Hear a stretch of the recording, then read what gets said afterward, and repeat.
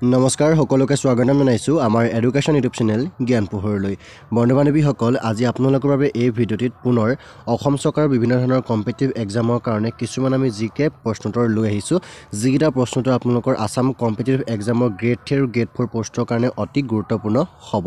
আৰু আমি লৈ অহা এই কোৱেশ্চনবিলাক প্ৰিভিয়াছ পেপাৰৰ আধাৰিত আপোনাৰ কোৱেশ্চন হয় গতিকে আপোনাৰ কোৱেশ্চনবিলাক যিমান পাৰে আপোনালোকে নোট কৰি যাবলৈ চেষ্টা কৰিব সো বন্ধু-বান্ধৱীসকল আজি এই ভিডিঅ'ৰ কেনেকুৱা ধৰণৰ কোৱেশ্চনবিলাক আছে সবিশেষ জানিবৰ কাৰণে ভিডিঅ'টো শেষলৈকে চাই থাকক অলপ স্কিপ নকৰিব সো ফ্ৰেণ্ডছ বুলক আজি ভিডিঅ'টি ইয়াতে আৰম্ভ কৰোঁ সো ফ্ৰেণ্ডছ আপোনালোকৰ বাবে প্ৰথমটো কোৱেশ্চন আছে ৰজনীকান্তৰ বৰদলৈ প্ৰথমখন উপন্যাস কোনখন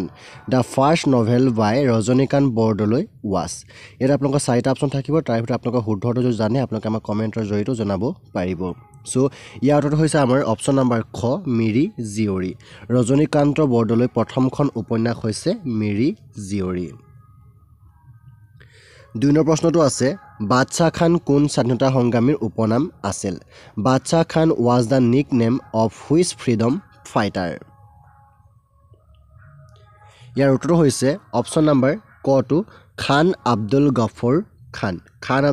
খানৰ উপনাম অৰ্থাৎ নিকনেম আছিল বাদশাহ খান 3 নম্বৰ প্ৰশ্নটো আছে ইউৰাল পৰ্বতমালাই পৃথক কৰিছে কোন দুখন দেখক সো দা ইউৰেল মাউণ্টেন সেপাৰেটেড কোন দুখন মহাদেশক ইউৰাল পৰ্বতমালাই পৃথক কৰিছে ইয়াৰ উত্তৰটো হৈছে অপচন নম্বৰ খ এছিয়া আৰু ইউৰোপ মহাদেশক ইউৰাল পৰ্বতমালাই সেপাৰেট কৰিছে এটো ইম্পৰ্টেন্ট কোৱেশ্চন বহুত আমাৰ এক্সাম বিলাকত বাৰে বাৰে আহি থকা দেখিবলৈ পাইছো 4 নম্বৰ কোৱেশ্চন আছে কোনখন মন্দিৰক অসমৰ খাজুৰাহো বুলি কোৱা হয় which temple is also known as the Khajuraho of Assam ইয়াৰ উত্তৰ হৈছে অপচন নম্বৰ ক মদন কামদেৱ মন্দিৰক অসমৰ খাজুৰাহো বুলি কোৱা হয় 5 নম্বৰ প্ৰশ্ন আছে নিম্নলিখিত কোনখন পূব প্ৰবাহিত নদী নহয় which of the flowing is not an AC flowing river তলত উল্লেখ কৰা ইয়াৰে 3-4খনৰ ভিতৰত এখন নদী আমাৰ পূব ফালে প্ৰবাহিত নহয় আৰু কোনখন হয় আপোনালোকে আমাক কমেণ্টৰ যোগেৰে জনাব ইয়াৰ উত্তৰটো হৈছে অপচন নম্বৰ খ সৰস্বতী নদীখন পূব প্ৰবাহিত নহয় আৰু বাকি বৰাক নদী ধনশিৰি নদী মানাহ নদী এইকেইখন আমাৰ পূব প্ৰবাহিত হয় গতিকে কেতিয়াবা হয় বুলি আহিলে এই তিনিটা ভিতৰতে এটা অপচন হ'ব 6 নম্বৰ প্ৰশ্ন আছে বৃহদেশ্বৰ মন্দিৰ নিম্নলিখিত ভাৰতীয় কোনখন ৰাজ্যত অৱস্থিত Brihadeeswara temple is located in which of the following Indian state ইয়াৰ উত্তৰটো হৈছে অপচন নম্বৰ ক তামিলনাডুৰ বৃহদেশ্বৰ মন্দিৰ নিম্নলিখিত তামিলনাডুৰ ভাৰতীয় ৰাজ্যত অৱস্থিত Brihadeeswara temple is located in Tamil Nadu Indian state 7 নং প্ৰশ্ন আছে গান্ধীয়ে কেতিয়া দ্বিতীয়বাৰৰ বাবে অসম ভ্ৰমণ কৰিছিল when Gandhi visited Assam for the second time গান্ধীয়ে second time কেতিয়া আমাৰ অসম ভ্ৰমণ কৰিছিল উত্তৰটো হৈছে অপচন নম্বৰ ডি 1926 চনত অৰ্থাৎ ঘৰ নম্বৰ শুদ্ধ উত্তৰ 1926 চনত মহাত্মা গান্ধীজীয়ে দ্বিতীয়বাৰৰ বাবে আমাৰ অসম ভ্ৰমণ কৰিছিল তাৰপিছত প্ৰশ্নটো আছে 8 নম্বৰ নিম্নলিখিত কোনটো ভাৰতৰ মাজেৰে পাৰ হয় which of the flowing passes through India যিটো আমাৰ ৰেখা আছে যেনে কৰ্কট ৰেখা মকৰ ৰেখা বিক্ষুপ ৰেখা এনে ৰেখাবিলাক কোনটো আমাৰ ভাৰতৰ মাজেৰে পাৰ হৈ গৈছে ইয়াৰ উত্তৰটো হৈছে অপচন নম্বৰ ক কৰ্কট ৰেখাডাল আমাৰ ভাৰতৰ মাজেৰে পাৰ হৈ গৈছে কৰ্কট ৰেখা passes through India 9 নং প্ৰশ্ন আছে ৰাষ্ট্ৰীয় সংগীত বন্দে মাতৰম প্ৰথমবাৰৰ বাবে ভাৰতীয় জাতীয় কংগ্ৰেছৰ কোনখন অধিৱেশনত গোৱা হৈছিল ইম্পৰ্টেন্ট কোৱেশ্চন নেশনেল সং Vande Mataram was sung for the first time at which season of Indian National Congress অৰ্থাৎ INC ইয়াৰটো হৈছে অপচন নম্বৰ খ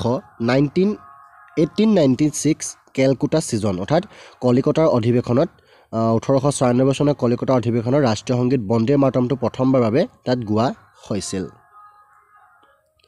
10 নং প্ৰশ্ন আছে নিম্নলিখিত কোনটো সোৱণশিৰি নদীৰ উৎপত্তিস্থল which among the flowing is the origin of Subansiri river অৰ্থাৎ ইয়াৰে কোনটো অঞ্চলৰ পৰা সোৱণশিৰি নদীখন উৎপত্তি হৈছে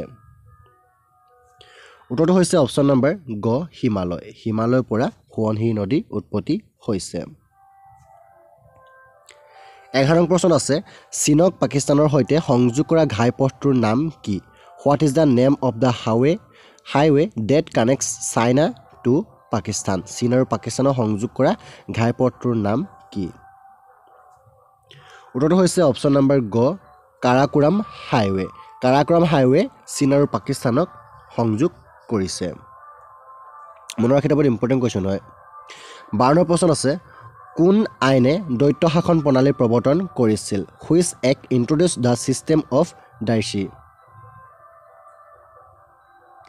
উত্তৰটো হৈছে অপশ্যন নম্বৰ ঘ গভ অফ ইণ্ডিয়া এক্ট 1919 চনৰ ভাৰত চৰকাৰৰ যিখন আইন আছে সেই আইনখনে দ্বৈত আইন প্ৰণালী প্ৰৱৰ্তন কৰিছিল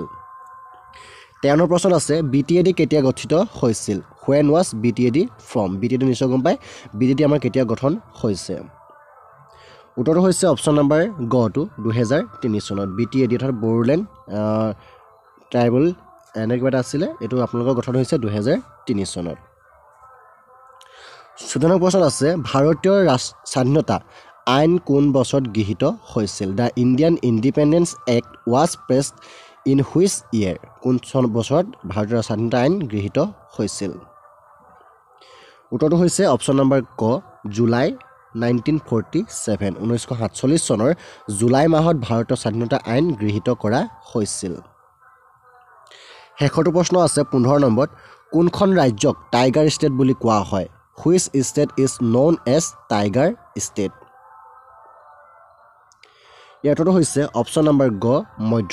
মধ্যপ্ৰদেশ ৰাজ্যখনক টাইগাৰ ষ্টেট বুলি কোৱা হয় Madhya Pradesh state is known as tiger state আৰু নেক্সট এটা আপোনালোকৰ কুৱেশ্যন দিছোঁ এইটো কুৱেশ্যন আপোনালোকে আমাক কমেণ্টৰ যোগে জনাব